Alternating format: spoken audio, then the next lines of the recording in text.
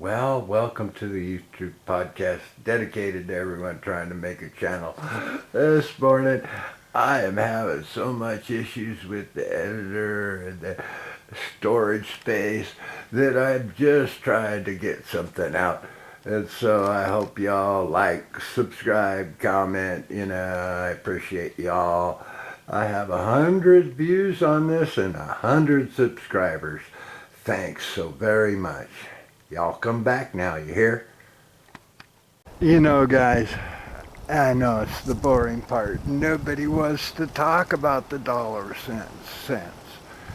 The whole reason I might bring up some of that stuff is you go back through my channel and look, and it's like dumbfounded. It takes 3 hours to get to know somebody, or 4 years to even break into YouTube, and that Kirby that I'm gonna scrub that baby with is from 1984, when I used to sell Kirby's. Now, you want to be a salesman, you got to get into their house with every attachment available to that and clean their front rug for free. Yeah, to get maybe $400 off of the sell of that baby, man. It's all steel. Oh, it's still working. Adjustable, suck down, man.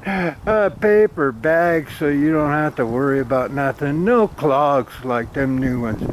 Oh man, they were wanting $12.99 for it, and we could sell them all the way down to about $4.54 is the lowest I made a sale on, but they wanted to sell it, and that's taking all the profit out of that machine. But, they got to pay some guy to go out and try and push it.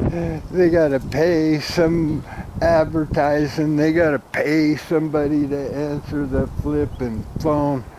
They got to pay for the lights in that building.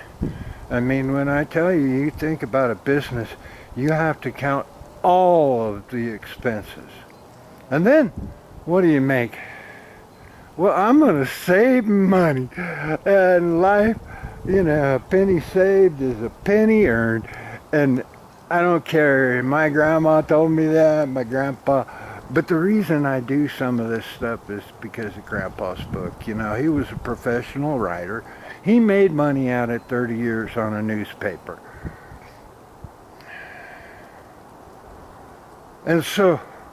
And he was trying to, novels do a whole lot, especially when you're still practicing medicine on Main Street, rural Colorado. It's a nice place.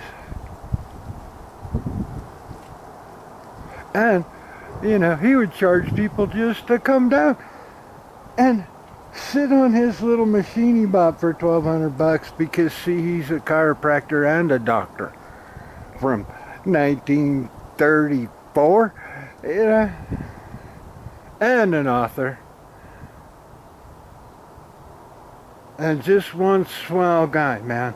I spent a lot of time talking to him, and I was the only one of all his grandkids that actually kind of paid attention to him. And like me, he was a little deaf, so I learned to talk loud, and it just kind of happens. But I was taught that, you include him, and he would talk loud, and I just match his voice. And sometimes in a crowd, you got to get noisy. And so I hope everybody around me gets a little noisy so we can hear, because I'm half deaf. And that's why I did the program about 6 out of 7 people act differently, and they won't promote it because it's a personal problem with my own hearing. I don't know what you want to look at. I was hoping to do some work, but we'll continue this story about Grandpa and me.